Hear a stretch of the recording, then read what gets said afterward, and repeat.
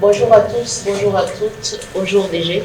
Bonjour Madame la Bienvenue au club de l'économiste. Alors, créé par décret numéro 83-425 du 2 décembre 1983, la mission de l'Office national du bois repose essentiellement sur la création, le développement et la gestion durable des plantations domaniales sous sa gestion, la promotion du reboisement, l'élaboration, la mise en œuvre et le suivi des plans d'aménagement participatif, l'exploitation forestière et la commercialisation des produits exploités ou que sais-je. Le secteur, à l'avènement du régime du nouveau départ, a connu de nouvelles mesures d'assainissement et de réorganisation de la filière du bois. Où en est-on aujourd'hui? Pour quelles avancées? Notre invité au club de l'économiste est Daouda Tafara, directeur général de l'Office national du bois au Bénin. Des réformes à comment se porte l'économie du bois, nous le saurons à travers les questions que lui poseront les professionnels des médias ici présents. Directeur général, voilà qui démarre cette émission, cet entretien.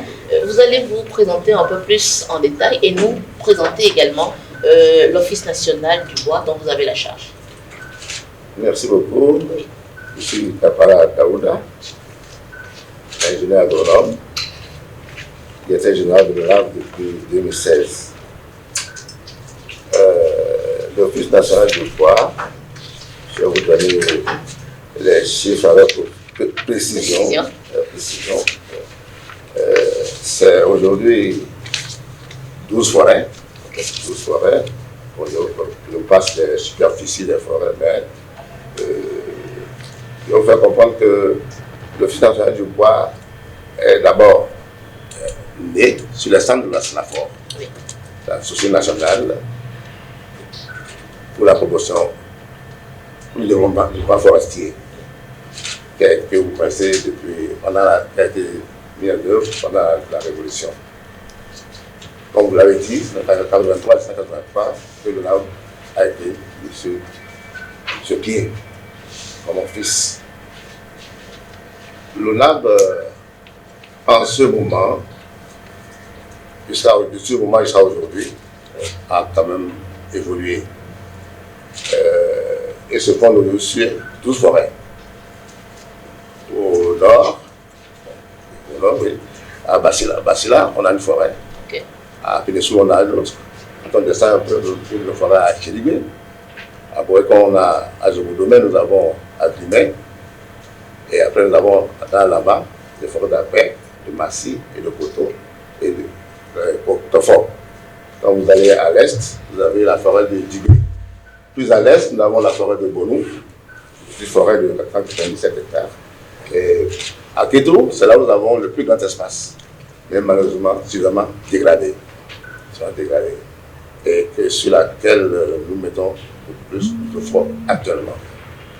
Et comme vous allez le constater, notre mission, comme vous pouvez le dire, c'est de regarder les forêts. Et c'est pour cela que nous appelons réparateurs de forêts. Les forêts étant suffisamment dégradées, nous héritons certaines forêts suffisamment dégradées que la part des forêts chasse. Par convention, ils mettent ces forêts à nos dispositions pour qu'on les répare, pour qu'on les reconstitue. Et aujourd'hui, la plupart de ces forêts-là sont sur leur viable. Sauf la forêt de Kétou, où nous sommes en train de tout reprendre. Quand nous prenons les forêts de Basila et puis les Soulou, nous n'avons plus que des travaux quelques travaux d'entretien et maintenant de sécurisation. Et ces forêts-là, c'est des forêts beaucoup plus touristiques aujourd'hui que productives en matière. Ce ne sont pas des forêts qui nous donnent des revenus financiers en tant que tels. Mais nous assurons que d'ici à là, ce sont des forêts qui ont un grand potentiel en matière de carbone. Quand nous venons à Guillemette, c'est aussi une forêt qui n'a pas grand-chose, mais qu'on a reconstituée. Je ne vais pas travailler à Guillemette. il y a à Tchilibé. À Guémé, ça c'est une forêt, effectivement. Donc, avant de vous mener, vous allez voir la forêt, il y a tout de part et d'autre. C'est une forêt qu'on a déjà exploitée, mais qui est en régénération. On a exploité, tout a repris maintenant, on attend ainsi que tout y revenir. À Tibé, c'est la même chose. Nous n'y sommes plus, mais nous sommes en train de régénérer cette forêt-là. Dans la Lama, nous y sommes actuellement. Cette forêt a été mise en place par les Allemands.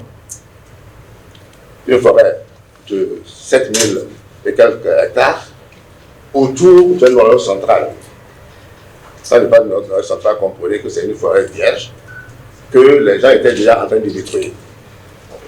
Mais le fait d'avoir aménagé tout autour une forêt artificielle protège la forêt à 100%. Donc, voici la présentée le lab. Mais qu'est-ce que nous faisons en fait? Notre boulot principal, lorsque nous parlons de forêt dégradée, c'est de replanter, reboiser. Nous reboisons effectivement. Et les forêts qui n'ont pas été complètement dégradées, nous faisons tout pour qu'elles renaissent. C'est le cas de Vassila et autres. Donc nous reboisons, et après avoir reboisé, nous mettons en place un plan d'aménagement participatif. Je vais vous expliquer plus tard pourquoi nous parlons du plan d'aménagement participatif. Le plan d'aménagement participatif nous permet de mener à bien, de gérer de façon durable les forêts. Après cela, comme action, nous protégeons ces forêts-là. Nous les protégeons, nous les sécurisons. Mais comme vous l'avez dit dans votre introduction, au bout du rouleau quand même, il y a des produits que nous mettons sur le marché. Ce sont ces produits-là qui nous font vivre en tant que structure autonome. C'est ces produits-là qui nous font vivre. Donc ça vous dit que au niveau de l'âme, c'est toute une histoire économique et environnementale. Les deux sont fortement liés et ne sauraient jamais s'exclure parce que si cela arrivait, alors il y aura un déséquilibre. La gestion durable n'aura plus sa place.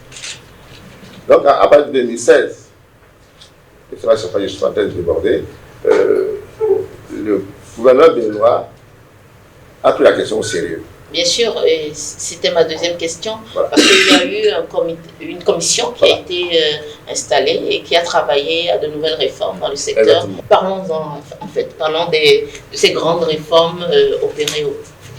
Oui, lorsqu'on parle de réformes, ça veut dire qu'on touche le doigt là où ça ne va pas. Oui. Effectivement, ce qui n'allait pas, c'est au niveau de la commercialisation du bois. Il y a beaucoup de dissensions entre l'administration et nos clients. Parce que les clients estiment qu'en tant que Béninois, ils ont droit au bois. Ils ont droit au bois. Alors que ils oublient que lorsqu'il s'agit de gestion durable de forêt, nous ferons des limites. Cela fait que des querelles sont nées. Il y en a qui pensaient que les autres sont favorisés, les uns sont favorisés, les autres sont défavorisés. Alors ça a amené le gouvernement à suspendre la vente de bois pendant que nous on prenait la commande de l'ONAV. Alors, pour mettre tout le monde à l'aise, on a dû réfléchir. C'est là où je dois louer notre chef d'État. Il s'est mis à notre disposition pour continuer. On a fait plusieurs réunions pour trouver la voie du pacifique qui va pacifier la filière. Et la première travail qu'on a eu, c'est désormais de faire en sorte que de façon équitable, les gens viennent se mettre dans le marché du bois. Et on a décidé alors de vendre le bois aux enchères. Il y a les moyens, tu viens. Tu n'as pas les moyens, tu ne t'en prendras à personne. Donc, ce qu'on a fait, dites-vous que ça a été vraiment très fructueux pour l'ONAV. Parce que, vous savez, quand il s'agit des enchères, c'est juste une concurrence. Les commerçants les plus forts, malheureusement, avalé les plus faibles. L'avalé les plus faibles, ce qui a créé encore une autre distorsion. On a fait cette expérience pendant 2 ans. Expérience que nous, on a aimé parce que ça renflouait vraiment nos pièces. Le gouvernement béninois, le président Talon étant très sensible à ces genres de choses, a dit, mais attention, nous faisons une erreur. Nos industriels n'ont pas de bois. Nos artisans n'ont pas de bois. Parce qu'ils n'ont pas une couverture financière suffisante pour y arriver. Alors, réfléchissez, trouvez-moi une autre manière de mettre à disposition du bois. C'est pour ça qu'on est revenu à l'attribution de bois. Comme ça se fait auparavant. Mais cette fois-ci, en faisant en sorte que tous ceux qui ont ceux qui ont les moyens viennent, selon les moyens, avoir du bois. C'est ce qui a fait que ça, on a eu du calme jusqu'à présent. Mais dites-vous que la vente aux enchères nous a beaucoup servi. Parce que la vente aux enchères nous a permis de connaître à peu près le vrai prix auquel on peut vendre le bois. Et ça se vendait à 110 000, à certains même à moins de 100 000 francs. Mais on a pu découvrir que nous pouvons vendre dans le bois à 200 000 francs.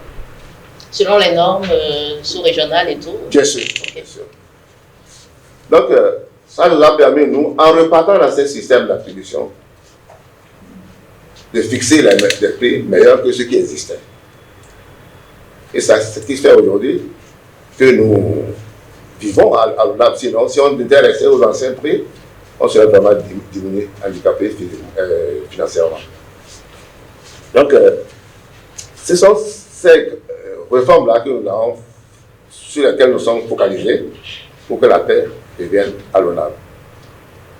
Autre réforme que nous sommes en train de conduire actuellement, c'est la certification de nos forêts. Okay.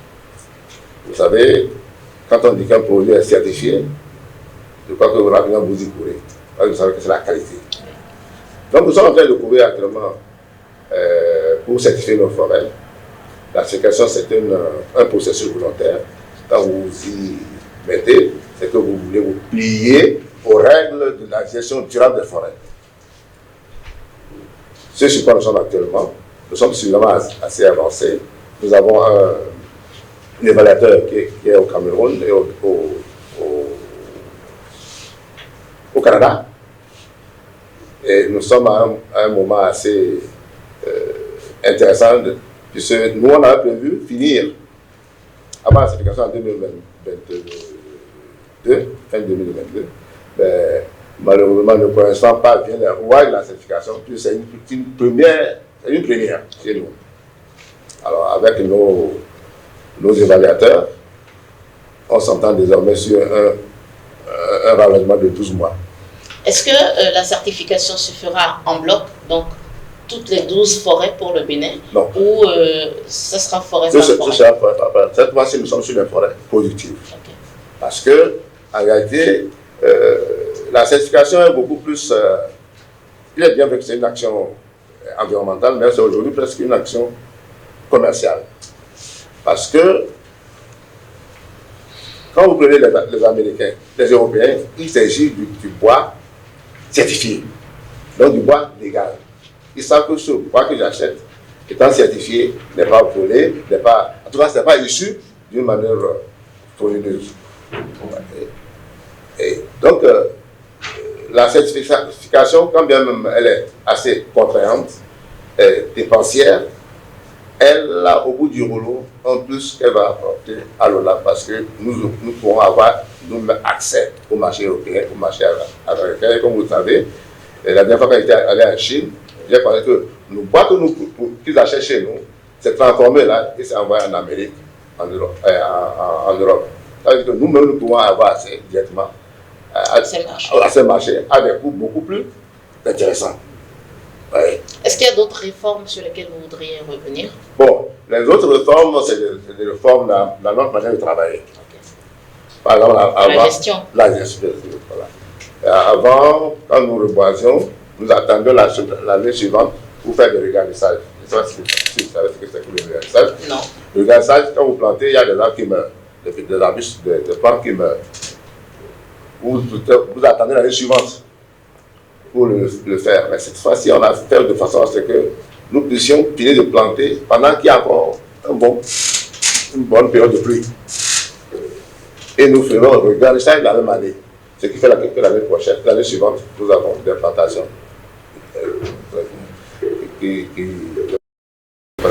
viables. En dehors de ça, c'est des petites choses que nous essayons de manager pour que les choses marchent comme ça chez toi. Alors, Oslo Bidossensi de l'Économiste pour ces questions. Merci beaucoup, Teddy. Je pense que vous avez commencé déjà par évoquer globalement le bilan et les réformes depuis 2016. On a bientôt 40 ans d'existence. Est-ce qu'on peut davantage apprendre en matière de réforme? Depuis 2007, tout ce qui se fait concrètement dans le secteur et une idée aussi des résultats auxquels vous avez appliqués. Bon, les résultats auxquels nous sommes parvenus sont de deux ordres. Il y a d'autres, mais les plus importantes, c'est d'abord, nous sommes parvenus à mettre en place l'économie verte, les emplois verts. En dehors de ça, nous avons désormais des forêts bien gérées, des forêts avec lesquelles nous pouvons même aller sur le marché du carbone. Mais nos forêts sont je vais dire, des forêts qui n'ont pas le même âge. Ils seront d'ailleurs en être autrement. Mais aujourd'hui, nous œuvrons. Ce sur quoi nous nous focalisons surtout, c'est de faire en sorte à élargir les espaces. Parce qu'aujourd'hui, l'ONAB n'étant qu'à 35, 40 mètres cubes, nous pensons qu'au bout d'un cycle, ou dans 25 ans, ouais, c'est pas facile. Quand on dit ça, il y en a qui c'est pour ça que certains n'ont pas planté. Dans 25 ans, 30 ans, nous pensons parvenir au triple de ce volume-là. Donc aujourd'hui, nous sommes en train de travailler farouchement pour que ça se passe ainsi. Donc depuis 2016, nous avons poursuivi des activités de gestion durable des forêts. Le reboisement, en plantant. En dehors de ça, nous faisons de la régénération. La régénération, comment ça se passe? Quand les arbres sont à leur âge, dernier âge, que nous déterminons nous-mêmes, parce qu'à ce moment-là, l'arbre n'a plus tellement un potentiel de carbone élevé, alors on l'élimine, on met autre chose. Donc nous régénérons à cet espace maintenant. Au même moment que nous régénérons, nous plantons. Ce qui élargit seulement les espaces exploités par la génération future. En dehors de ça, en dehors du reboisement, nous avons les pistes forestières que nous faisons. Actuellement, nous sommes en autour à 282 km de pistes dans nos forêts. Et ça, c'est tout sur le profond. Il n'y a pas de fond extérieur. Nous continuons de redynamiser le processus. Bon, d'abord, nous sommes en train d'avoir ce que nous appelons la traçabilité. C'est un prélude à la certification. Okay. La traçabilité du bois, c'est vraiment traçable. Et lorsque un client le prend, on peut le rattraper, on sait qu'il va à l'endroit. On l'a fait. Aujourd'hui, nous sommes, si ce n'eût été Covid, nous serons à 100%. Tout le bois sera traçable. Donc, nous avons mis cette activité-là à profit dans le cadre de la certification.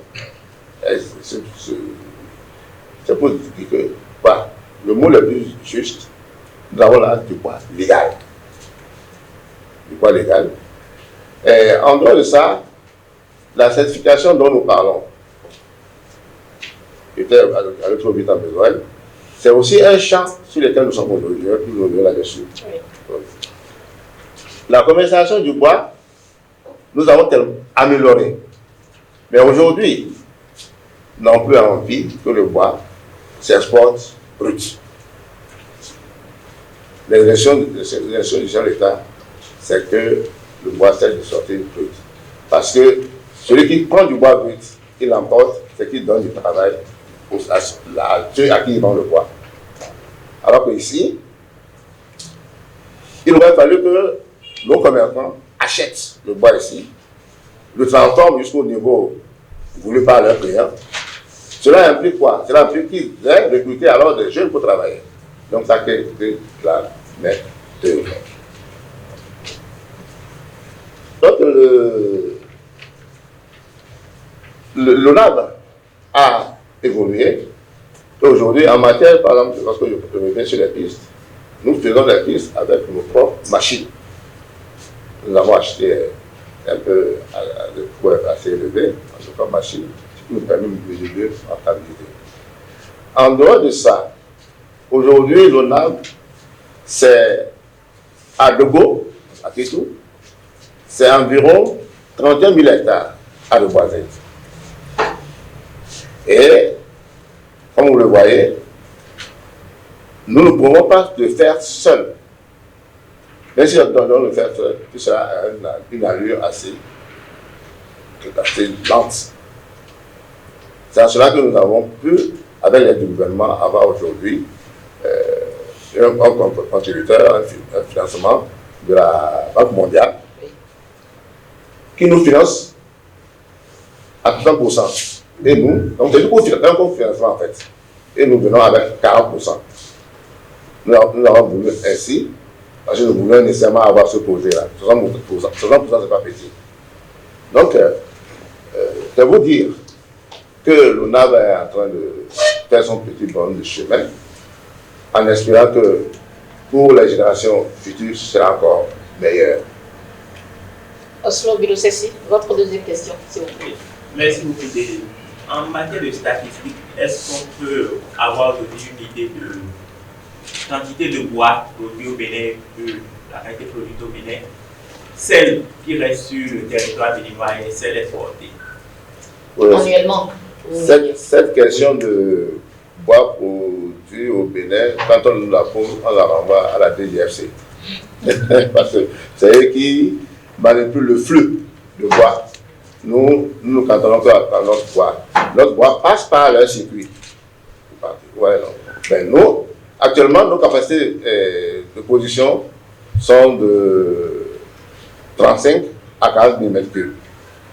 35 à 40 000 chaque année.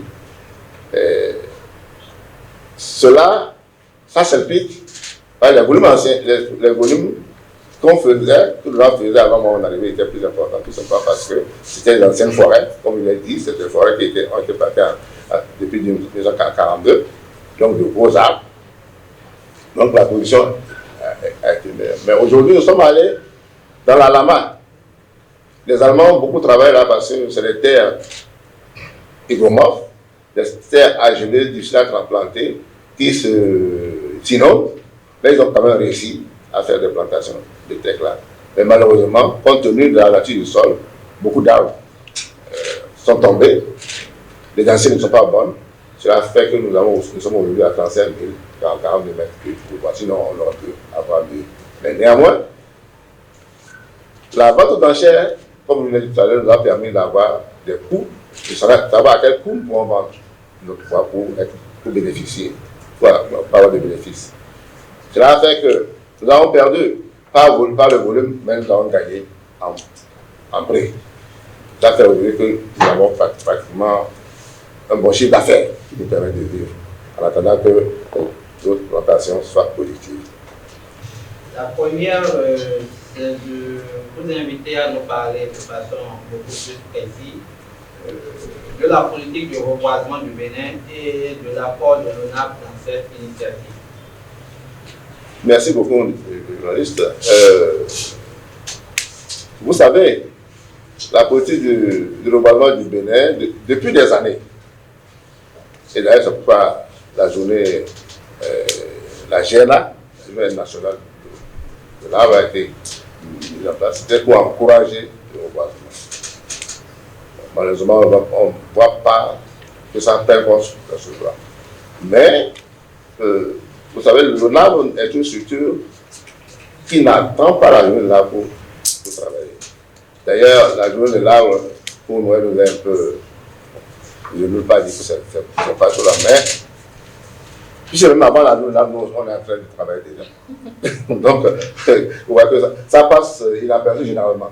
En dehors des épithètes qui va pour la cérémoniale, les autres sont déjà au boulot. Donc, c'est dire que quand bien même ça ne marche pas, l'État béninois a toujours pensé qu'il faut faire quelque chose.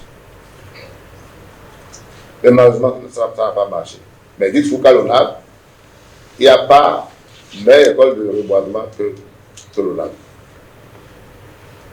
Tout est fait méthodiquement à l'ONAV. Et nous utilisons des forestiers. Et les forestiers qui viennent chez nous travaillent plus que les autres parce que c'est du vrai boulot. Donc, le reboisement, c'est le maître mot chez nous. D'ailleurs, sans le reboisement, nous saurons exister. Parce que c'est de ça que dépend notre vie. S'il n'y a pas de forêt positive, on n'aura pas de bois à vendre. Donc, nous sommes tenus par ça, nous sommes obligés de bien faire. Généralement, c'est beaucoup d'argent. Beaucoup d'argent. Ce n'est pas moins de 500 000 francs à l'hectare que nous mettons chaque année. Et depuis que nous avons la contribution de la Banque mondiale, nous faisons 1500 hectares en moyenne. Alors qu'avant ça, nous faisions que 500 hectares dans l'année. Passons à 1500 hectares parce qu'avec la Banque mondiale, nous avons une possibilité avec ce qui leur est de faire 7000 hectares à Kétou. Donc actuellement, les 31 000 hectares de Kétou, nous tentons tant bien que mal de les couvrir. Mais tant que nous n'aurons pas eu d'autres moyens additionnels, nous ne pourrons pas y parvenir parce que supposer qu'une région même a fait une moyenne de 1000 hectares par an, 31 000 hectares, ça fait 31 années. C'est beaucoup. C'est beaucoup ce qui n'est pas là. Alors qu'il aurait fallu qu'on aille plus vite. On doit aller plus vite. Nous souhaitons, nous comptons quand même sur nos recherches de financement et sur notre gouvernement qui va nous aider à aller plus vite. Parce que quand vous allez à Kétou, voilà la forêt, c'est alarmant. On va vous dire que c'est une forêt classée, mais vous ne voyez rien. Les producteurs ont tout envahi, ils ont tout détruit. Donc il faut le faire. Mais ce qui est intéressant, c'est que nous le faisons avec eux. Nous faisons avec eux. C'est ça notre politique de gouvernement. Je crois que nous aurons le temps de parler beaucoup plus en détail de la gestion participative des forêts, le plan d'aménagement participatif. Donc c'est avec eux que nous le faisons. C'est ça notre politique. Ce n'est pas comme c'est fait ailleurs. On plante, on laisse les arbres à leur propre sort. Chez nous, les arbres sont plantés, entretenus. Les fauchages, les premières années, on fait 4 fauchages d'herbes par hectare. Vous voyez? Donc, c'est beaucoup d'argent que nous y mettons. On protège contre le feu. Le feu, c'est notre premier ennemi. On protège contre le feu. On recrute des gardes-feu. On met à contribution la police, on met à contribution l'armée pour garder nos forêts. Voilà ce que c'est que le reboisement chez nous. Donc c'est une affaire sérieuse, c'est une filière que nous menons au niveau de l'arbre. Alors, dites-nous, quelle est la part contributive de l'ONAV dans la protection de l'environnement, l'amélioration du climat, l'observation de la biodiversité? Et quelles sont les difficultés que rencontre l'ONAV dans sa mission de gardien des ressources forestières du Bénin? Merci beaucoup. Si vous suivez, vous allez suivre un peu ce que j'ai dit. Si il n'y a pas meilleur lieu de protection de l'environnement que l'ONAV. Il n'y a pas. Puisque vous savez que l'arbre est très important pour l'environnement. Grâce aux forêts, les forêts diminuent l'émission de gaz à effet de serre. La diminution du gaz carbonique permet d'éviter le réchauffement climatique. Donc, nous, à l'ONAB, nous sommes très conscients de ça. Et c'est en cela que vous allez constater, nous y mettons beaucoup d'argent, mais laissez-moi vous dire que lorsque nous avons, dans notre plan d'aménagement, déterminé une surface à exploiter, même s'il n'y a pas les volumes escomptés pour garder notre budget, nous ne sommes pas en mesure d'extrapoler. Vous voyez, ça, c'est ça qui fait, de notre gestion durable des forêts et qui a des impacts positifs pour l'environnement. Si aujourd'hui, nous crions environnement, c'est parce que, si nous crions le dérèglement du climat, c'est parce que, de par le monde, il y a eu des comportements irresponsables vis-à-vis de nos forêts. Soit par méconnaissance, soit par gourmandise. Chez nous, ça a été les deux. Méconnaissance, gourmandise. Parce que toutes les forêts ont été détruites. En plus, notre État, depuis lors, a négligé nos forêts, si bien que les populations, à la quête de meilleures terres, sont allées s'installer sur dans cette forêt-là. Et les forêts étaient complètement détruites. La question du biodiversité dont vous avez parlé, lorsque nous prenons le noyau central de la Lama, c'est là où les paysans qui s'est installés n'ont pas pu encore détruire. C'est censé être dans laquelle nous prenons le noyau central, qui aujourd'hui sont restés intacts, mais entourés par nos forêts que nous avons plantées. Donc cette politique-là, nous le faisons non seulement, vous allez constater que l'ONAB travaille non seulement pour avoir de l'argent, mais pour sauvegarder l'environnement. Voyez. Léonce Adjevi du matinal pour ces questions. Merci DG pour votre présentation. J'ai deux questions. La première, il y a quelques années, une communauté composée de 70 villages, soit une population d'environ 15 000 habitants, aurait été installée autour de la forêt classée de la Lama. Quels sont les résultats obtenus et quels mécanismes l'ONAB mis en place par rapport aux populations environnant les forêts pour éviter les déplacements liés à cette forêt? Bon, je n'ai pas été témoin de ces événements et je ne suis pas sûr que ceux qui sont avec moi ont été témoins, mais ce qui est clair, comme je vous le disais tout à l'heure, à partir d'un moment donné, les forêts ont été prises d'assaut par les agriculteurs. Je crois que dans la Lama, c'est surtout les Wali qui avaient pris les forêts d'assaut pour faire de l'agriculture. Mais les forêts sont restées forêts de l'État, forêts de la DGFC. Lorsqu'il fallait mettre les forêts et planter, il fallait nécessairement reconquérir les espaces dus pour le faire. Mais disons qu'il y a eu de l'humanitaire dans le comportement des autorités béninoises. Pourquoi je parle d'humanitaire? Ces populations-là, au lieu de les dégager de force, de les charger de force, elles ont été recasées sur des terres forestières. Ces terres, aujourd'hui, qui restent des terres forestières qui ne leur appartiennent pas, mais qu'ils exploitent. Ce sont ces populations-là aujourd'hui avec lesquelles nous faisons de la cogestion. Grâce à cette population aujourd'hui, nos forêts, je vais dire, nos forêts vivent. Nous faisons en sorte que eux et nous ayons le même esprit de gestion, que nous voulions l'existence de ces forêts-là. Nous faisons en sorte qu'ils se sentent propriétaires de ces forêts-là. Donc ça veut dire que nous avons, avec eux, nous avons des liens de coopération solides, que d'ailleurs, si jamais elles venaient à disparaître, ce sera la catastrophe. D'ailleurs, si elles venaient à disparaître, nous n'aurons pas la certification de toutes les questions, parce que la certification est très regardante de ce point-là. Les communautés environnantes, les communautés riveraines doivent jouir de ces forêts-là. Donc, nos relations sont bonnes, très bonnes d'ailleurs, Et actuellement, nous sommes en train de reprendre un domaine de 2 000 hectares à Tofon. C'est grâce à ces populations-là que nous le faisons. Les pépinières ont été confiées aux femmes et à quelques hommes. La plantation, c'est les hommes qui le font.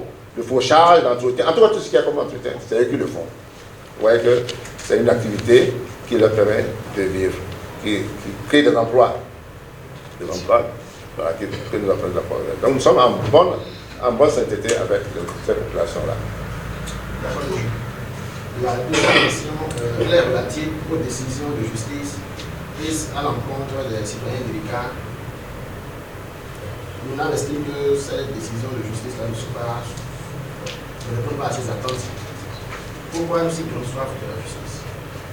Oui, vous savez, je ne suis pas sûr que ça soit autrement à votre niveau là maintenant.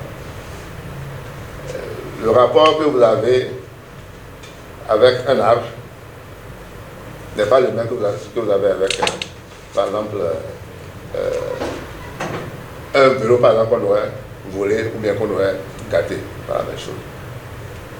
Vous avez peut-être, vous risquez même de ne pas remarquer qu'on a coupé un arbre, mais que vous avez constaté que la moto a disparu. Vous voyez? Donc, c'est la même chose au niveau des juges. Non. Je sais que, par exemple, dans le commerce, il y a qu'on appelle le tribunal commercial. Mais je ne suis pas sûr qu'il y ait un tribunal environnemental. Je ne suis pas sûr qu'il y ait. Donc, la question est si sensible que lorsque vous coupez un arbre chez nous, c'est l'arbre qui va détruire. Je vais raconter un peu comment nous plantons.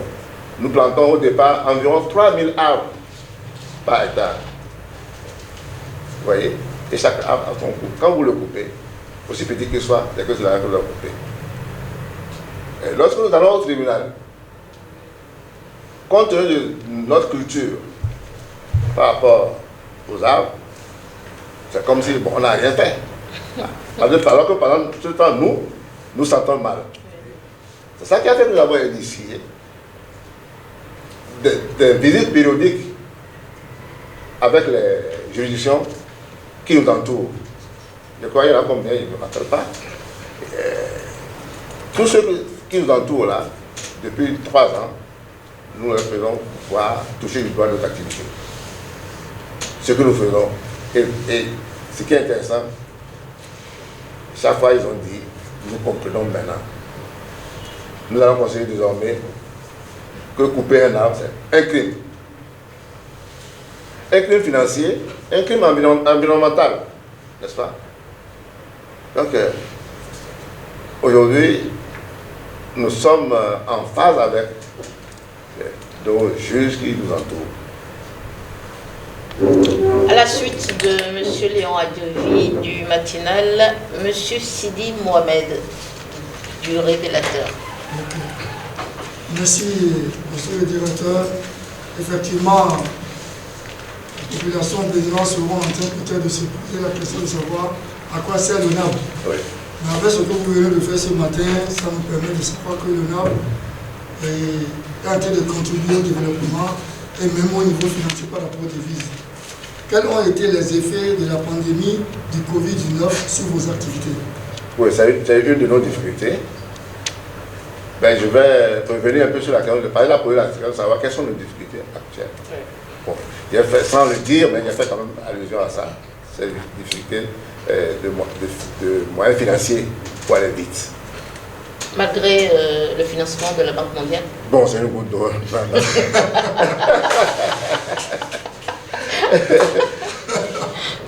Si nous pouvons avoir plus, la dernière fois j'étais allé voir mon ministre, j'ai dit, bon monsieur le ministre, vous voyez avec nous, aidez-nous à trouver des financements.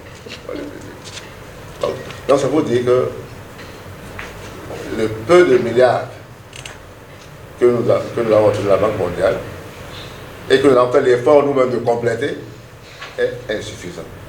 C'est suffisant. Parce que le pays a besoin aujourd'hui de forêts, de restituer ces forêts. Donc c'est l'une de nos difficultés en ce moment-là. Notre autre difficulté, c'est important de le sortir. Vous m'excusez de revenir là-dessus. Il n'y a pas de souci. la loi sur les marchés publics nous a un peu déséquilibré parce que, vous savez, les marchés publics c'est des marchés qui n'aboutissent pas comme on veut. Il peut y avoir, comment on appelle ça, le marché peut ne pas aboutir. Alors que pendant ce temps, nous, les activités sont des activités saisonnières. Donc le temps est compté. Quand la période de pluie arrive, elle est arrivée, quand elle s'arrête. Le marché public ne sait pas ça. Donc si vous n'avez pas la chance d'avoir ce marché-là fructueux avant que le moment arrive, tout est foutu. En dehors de cela, dans le cadre de nos activités de cogestion, dans le cadre de la certification de nos forêts, cela nous empêche d'être performants. Tout simplement parce que celui qui vient avoir le marché, il peut ne pas être riverain. Vous voyez, il peut ne pas être riverain. À partir du moment, nos riverains sont en train d'être exclus. C'est là où il faut louer la clémence de notre gouvernement. Quand elle signe, quand une loi est signée, on ne fait pas les jeux, on essaie de voir comment est-ce que la loi est en train de se mettre en place. Ça fait qu'au bout de 2 ans, la loi a été revue et désormais, il y a l'article 4, je crois, l'article 4, qui fait en sorte que ceux qui ont des situations particulières puissent avoir des dérogations par rapport à ça. Donc actuellement, nous sommes en train de travailler là-dessus. Nous ne voulons pas de dérogation pour toutes nos activités, mais pour les activités saisonnières.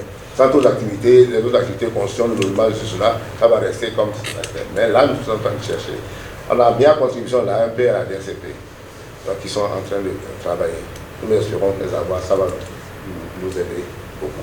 Ça, c'est les 3 difficultés que nous avons et que nous espérons d'ici à la jubilé.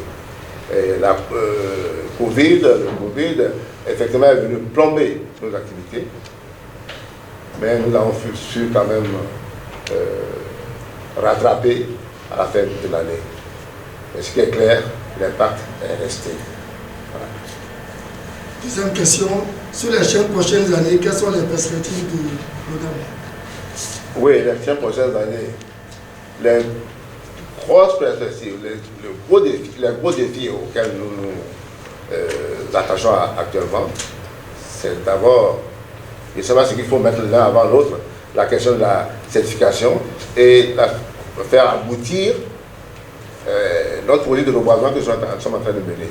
Parce que nous aurons voulu qu'au bout de 7 ans de ce projet-là, que nous puissions être bien appréciés de la Banque mondiale. Parce que quand vous êtes apprécié, vous avez la latitude de dire encore donné. Donc, déjà, il y a une mission qui est déjà passée, qui s'est assez satisfaite, à notre grande joie, nous sommes satisfaits. Donc, nous voulons faire aboutir ce projet-là pour qu'au bout de 7 ans, nous ayons 7 000 hectares encore en plus. C'est un potentiel de bois de pierre. Voilà. La question de la certification, je reviens là-dessus, nous devons faire tout et pour aboutir cette certification-là.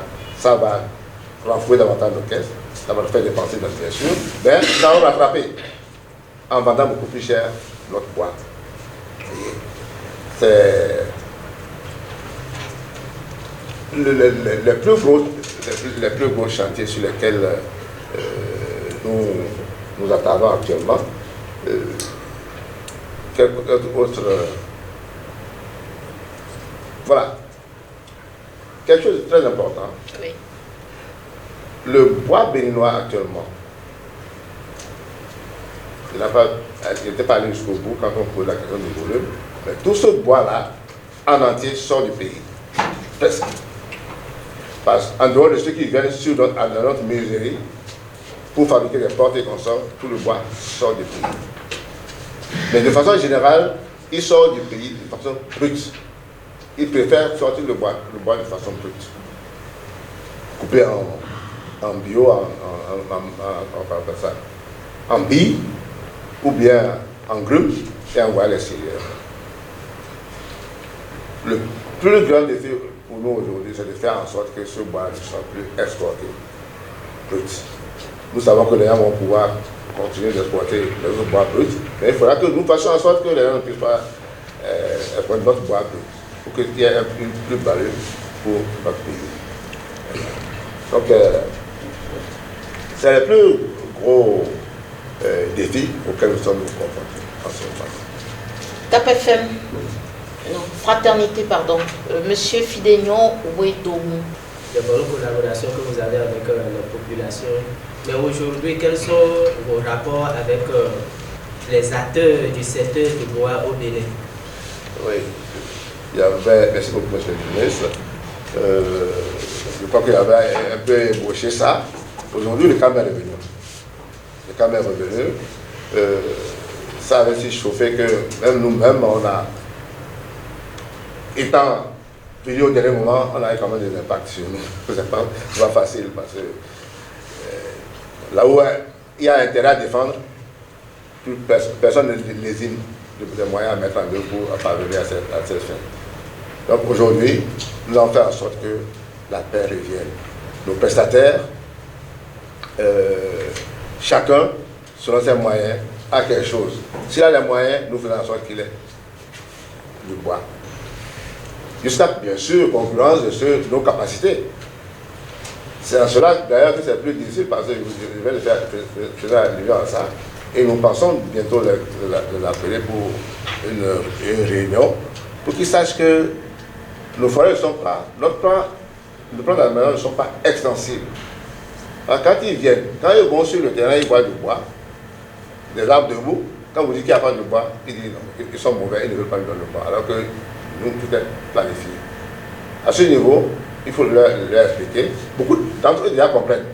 Beaucoup déjà comprennent quand vous dites. À certains, quand vous dites qu'il n'y a pas de bois, effectivement, ils s'en vont. Mais d'autres insistent, ils insistent. Voilà. Donc sinon, je crois que la paix est revenue. Le soutien financier de la Banque mondiale est comme goutte d'eau. Alors dites-nous, quels sont les partenaires techniques et financiers et autres dans la promotion et le développement du bois béninois? Oui, j'ai déjà parlé de la Banque mondiale, j'aurais dû parler, bon, la personne ne me connaissait pas. Nous avons l'OEBT, qui d'abord a financé la traçabilité, le côté légal du bois. L'OEBT est justement la FAO. Passer à la relation là aujourd'hui avec eux, une condition d'aller aux réunions de l'OEBT. Chaque année, c'est Covid qui est venu arrêter, on a continué de faire en ligne, mais ce n'est pas aussi sérieux que quand vous retrouvez. Donc, nous sommes aujourd'hui en train de chercher d'autres partenaires. En dehors des trois, je vais parler, la Banque mondiale, l'OEBT, la FAO, chercher d'autres partenaires qui puissent nous aider. Nous l'aurions aussi vers la coopération, là on dit à l'Orient vers la coopération allemande, mais malheureusement pour nous, la coopération allemande a beaucoup plus, fait accès beaucoup plus aux forêts du Nord. Nous ne pouvons pas, compte tenu de ce que nous sommes commerciaux et de devoir être rentables, nous ne pouvons pas aller au Nord travailler pour le moment. Parce que les licences tech ne se développent pas aussi rapidement là-bas comme ici. L'impact économique de l'ONAB sur les sociétés partenaires et la population, et plus précisément sur l'État béninois. L'impact économique, bon, c'est clair, l'ONAB a un impact positif sur beaucoup de nos partenaires commerciaux du bois. Parce que quand il y avait la vente aux enchères, il y avait beaucoup de plaintes parce que le peu dont ils bénéficiaient pour vivre, parce que imaginez-vous, si quelqu'un peut déjà, au bout d'un an, pouvoir, à partir de avoir 4 millions à mettre en poche, c'est mieux que de ne rien avoir. Donc il y a beaucoup de ces plaintes. Mais aujourd'hui, ce que nous faisons permet à ceux-là, à tous, de bénéficier de quelque chose et de vivre. L'impact de l'ONAB, avec ce que fait l'ONAB aujourd'hui, nous sommes en train d'encourager l'industrie locale. C'est très important pour nous parce que dans très peu de temps, si vous n'allez pas transformer du bois, et d'ailleurs nous y sommes d'ailleurs déjà, si vous n'avez pas transformé le bois, vous n'aurez pas le bois, vous n'en avez pas du bois. Si vous trichez, là c'est le compte, parce que là, nous n'avons pas les moyens coercitifs pour agir sur les gens, mais si vous trichez, nous avons les moyens de vous payer plus loin. Est-ce que ce n'est pas un peu utopique de demander de ne pas pouvoir avoir accès au bois si on ne le transforme pas, alors qu'on sait qu'on n'a pas d'industrie? Voilà, c'est pour les amener à s'industrialiser, à faire des petites usines de transformation de bois. Et beaucoup d'entre eux ils sont allés. Et non seulement ça, ceux qui n'en ont pas actuellement, qui prennent le bois, ils vont transformer chez les autres. En attendant, comme on fait, le Munir fait avec notre maïs, quoi. Ils ont un client qui leur demande des paquets.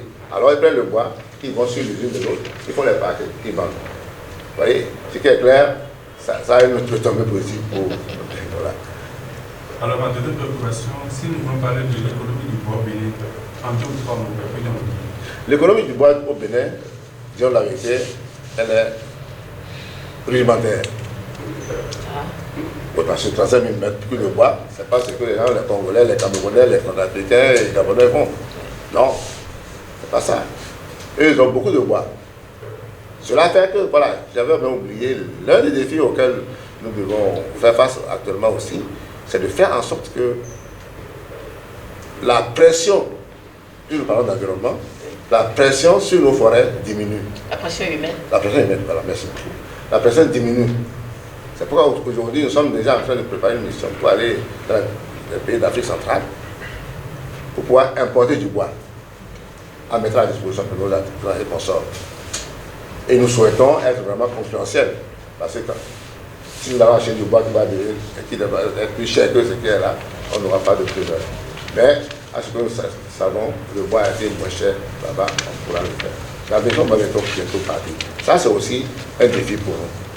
Puisque nous avons les écoles pour ça, le gouvernement veut que ça soit ainsi. Une dernière question pour vous. Déjà, suite à une incompréhension, vous avez parlé tout à l'heure des forêts du Nord. Est-ce que le Nord n'est pas dans le territoire de l'ONAB? Expliquez un peu. Ouais, vous avez... Okay. Merci pour la question. Oui. Vous savez, chaque espèce d'arbre a sa zone où elle peut croître normalement, selon le niveau de pluie, la longueur de la saison. Un arbre peut réussir ici, il ne va pas réussir au nord. Ou bien quand il réussit au nord, il croît beaucoup plus lentement. Donc il n'est pas tellement productif. Ce qui fait que lorsque nous allons par exemple dans la zone d'Atengu, ou bien Tanguita, si nous mettons un arbre au même moment à Tanguita ou bien à Materi que à Zobodomé, ce ne sont pas les arbres qui vont avoir le même niveau de croissance. Okay. Vous voyez? Économiquement, ce n'est pas bon pour nous. Si c'est un arbre, bien sûr, mais pour nous, ce n'est pas rentable. C'est pourquoi tant que nous avons des espaces pour planter, nous pouvons rester ici, en attendant peut-être d'avoir des essences qui puissent vraiment mieux répondre là-bas. Là, nous voulons vivre. Une autre incompréhension, sinon je suis un peu restée sur ma soif, c'est par rapport à la dernière question de l'économie du bois. Est-ce que parce qu'elle est rudimentaire, il n'y a rien à y dire ou bien... Oui. Je n'ai rien dit ça. Oui. Vous avez juste... rudimentaire. Non, effectivement, oui. La question de l'importation du bois a pris le pas. Okay. Quand je dis que c'est rudimentaire, effectivement, ce n'est pas comme les autres pays. Mais nous, ça nous fait vivre en tant qu'on a. Okay. Ça fait vivre 200 personnes. Juste 200 personnes. 200 personnes. Okay. Ça fait vivre plusieurs commerçants de bois. Okay. Ça fait vivre beaucoup d'industries du bois. Aujourd'hui, c'est notre bois que l'État veut utiliser sur les chantiers du PAG. Donc, ça vous dit que quand bien même nous n'avons pas beaucoup de bois, ce bois-là va jouer un rôle important. En dehors de ça, les taxes, les TVA qu'on sort, que notre bois produit, c'est au-delà du milliard chaque année. Les différentes versées au trésor public, c'est au-delà du milliard. Les autres taxes, au cordon douanier qu'on sort, on n'a pas les chiffres, mais nous savons que c'est aussi élevé. Les TVA qu'on sort, quand nous mettons tout ça ensemble, c'est beaucoup d'argent quand même que le pays engrange de la part des activités de l'ONAP. C'est pas petit. Mais imaginez-vous que si nous avions 200 000 mètres cubes à vendre, c'est ça beaucoup de choses. Beaucoup de Nous sommes au terme pratiquement de notre entretien. Une dernière question pour vous, sinon. Quelle est votre adresse aujourd'hui, autant à l'endroit des acteurs du gouvernement, de la population et de vos partenaires? D'abord, je vais remercier le chef de l'État pour s'être impliqué personnellement dans la résolution des problèmes de l'ONAP. Il a été très disponible, ce qui a fait que nous avons pu remonter la pente. L'adresse que je veux faire aux populations, c'est dire à la population que l'arbre aujourd'hui est très important. Parfois aujourd'hui a toujours été important, mais pas autant pour moi. A été très important. Mais aujourd'hui, on constate l'importance de l'arbre parce qu'il y a des dérèglements climatiques. Si nous voulons, parce que nous sommes les plus vulnérables en Afrique, quand bien même nous sommes les moins pollueurs, nous sommes les plus vulnérables. Nous sommes les plus vulnérables. Donc il va falloir que nous redoublions d'ardeur pour que ce qui a été fait soit conservé. Non seulement conservé, pour étendre nos activités, de façon à ce que les forêts soient des forêts bien gérées chez nous, que ce soit des forêts de l'État ou des forêts individuelles, que nous puissions les mettre en place. Je sais que généralement, les gens n'aiment pas planter des arbres, parce que le cycle de production est long. Avant de pouvoir bénéficier du TEC, par exemple, comme ça se doit, il faut attendre peut-être 30 ans, 40 ans. Comme nous on le fait, hein. Sinon d'habitude, déjà avec 10 ans, les gens ont des poteaux qui peuvent exploiter. Il y a les berges qui peuvent exploiter, mais si on veut du bois d'œuvre, il faut attendre ce nombre d'années-là. Donc, néanmoins, j'encourage les Béninois à y aller, parce que, après tout, nous avons d'enfants. Faisons pour la génération future, pour les enfants qui nous attendent. Que les gens sachent que, peut-être je vais raconter pour dire, on m'appelle M. Tech. Le Tech, aujourd'hui, c'est parmi les meilleures essences du monde. À Shanghai en 2019, j'ai poussé ma curiosité quand j'ai vu un technicien de l'AIBD, il avait des sanctions de bois. Beaucoup. Il dit, je ne sais pas d'où je viens, il dit, s'il vous plaît, monsieur, je voudrais savoir, selon vous, quel est le meilleur bois? Et sur lui, c'est le Tech. Ça veut dire en réalité que, avant que le Tech ne soit supplanté par une autre essence, il y a encore beaucoup de temps devant nous. Donc j'encourage nos parents à planter des arbres et du point de vue économique, on leur dit que le Tech est assez rentable. Nous encourageons aussi vous, journalistes, à faire en sorte que peut-être dans vos villages, vous avez une petite portion de plantation. Ça peut être manguier, ça peut être Tech, ça peut être quoi que ce soit, de toute façon, selon vos ambitions. J'avais oublié, ça vient de me souffler, je n'ai pas abordé la question de l'emploi. Nos forêts, en dehors des industries, nos forêts utilisent beaucoup de personnes. Chaque année, c'est au moins 2000 emplois directs. Et en dehors de ça, il y a des emplois temporaires que, par exemple, les femmes, quand vous allez dans nos forêts, vous avez toutes les femmes en train de chercher des fagots. Elles disent de ça. Les perches, lorsque nous plantons, les premières perches que nous enlevons, d'abord nous avons le dépressage, quand le Tech pousse à la régénération, ça pousse pêle-mêle, beaucoup de bois tout feu, on fait le dépressage, on arrache ces bois-là. Déjà ça sert à la cuisine. Après, nous avons du bois quand même qui sert de perche Quand vous prenez dans la ville, vous allez voir les ventes de bois que les gens utilisent pour donner, des pêches, que nos populations gèrent au niveau des COGEPAF. COGEPAF, c'est la comité de gestion participative, donc des forêts. Ils utilisent, eux, première éclaircie, deuxième éclaircie, ils ont ce bois-là à leur disposition, qu'ils vendent. Ils vendent et nous partageons. Chaque année, ils n'ont pas moins de 65 millions de francs CFA. Vous voyez que ça aide beaucoup les villageois. En dehors de ça, nous-mêmes, à cause de ça, pour chaque commune, nous mettons à disposition chaque année, j'ai vu combien, nous mettons à disposition 10 millions de francs CFA, soit pour ériger, pour construire une salle de classe, soit une salle de centre de santé, pour faire ces postes-là. Ça, c'est leur droit.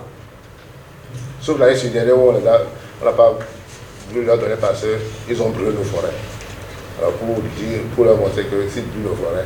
Mais ils ont brûlé les forêts, pourquoi? Parce qu'ils n'étaient pas contents avec les marchés publics. C'est tout le problème. Mais aujourd'hui, en attendant que la dérogation soit trouvée, on a quand même trouvé des voies qui nous permettent d'apaiser la situation. Voilà. Bon, voilà. Merci beaucoup. Merci. Merci à toutes et à tous de nous avoir suivis. Notre invité du jour, Daouda Takbara, directeur général de l'UNAB. Merci d'avoir répondu à nos questions. Merci madame, merci beaucoup. Merci à tous. Merci.